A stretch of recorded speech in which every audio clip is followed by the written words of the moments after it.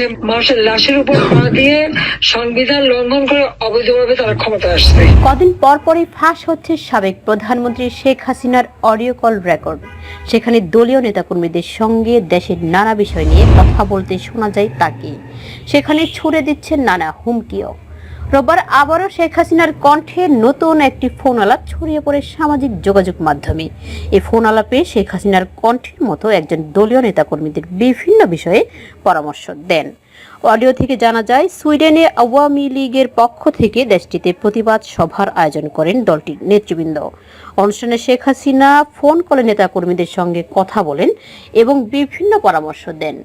অনুষ্ঠান শেষে শেখ হাসিনাকে উপস্থিত বাবু সুভাষ ঘোষ, লিঙ্কন মোল্লা, খোকন মজুমদার, নঈম বাবু, মোহাম্মদ শহীদ, মাহবুবুর রহমান, লিমন, কবির, সাব্বির সহ অনেক নেতৃবৃন্দের নাম ঘোষণা করতে শোনা যায়। অডিওর শুরুতে অন্তর্বর্তী সরকারের প্রধান উপদেষ্টা এবং সমন্বয়কদের খুনি আখ্যা দিয়ে এ সময় নেতাকর্মীদের ফোন কল রেকর্ড করার কথা বলা হয়। অডিওতে বলা হয়, এই অবৈধ সরকারের অত্যাচারে সারা দেশের মানুষ জর্জরিত।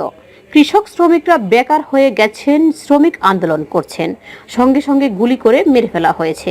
চাকরির বয়স নিয়ে আন্দোলন করতে যমুনার সামনে গেল, সাথে সাথে গুলি করলো, সেখানে একজন মারা গেল এবং পিটিয়ে উঠিয়ে দিল। শেখ হাসিনা বলেন, 7 জুলাই থেকে এই ছাত্ররা যখন আন্দোলন করে 14 জুলাই পর্যন্ত তারা সহিংস হওয়ার আগে গায়ে একটা টোকাও পড়েনি। তাদের মতো তারা আসছে বসছে, আমরা তো তাদের কিছুই বলিনি। পুলিশের কাছে কোনো মেটাল বুলেটও ছিল না। নির্দেশ দিয়েছি কোনো গুলি করবা না।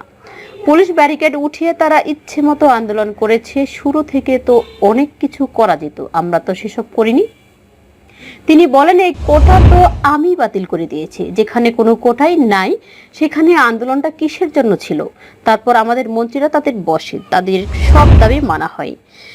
দাবি মানার পরে আবার এক দফা, সেখানে হাসিনাকে খুন করো, এই তো কথা। তাদের টার্গেট ছিল আমাকে হত্যা করা।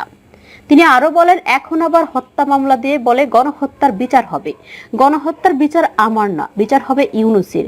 এই সমস্ত খুনের দায় দায়িত্ব ইউনূসকে নিতে হবে। সে যে হত্যার সাথে জড়িত তার প্রমাণ তো পাওয়াই যায়, কারণ জেলখানায় যত জঙ্গি আটক ছিল তাদেরকে ইউনূস ছেড়ে দিয়েছে। তাদের সঙ্গে ইউনূসের একটা যোগসুযোগ ছিল।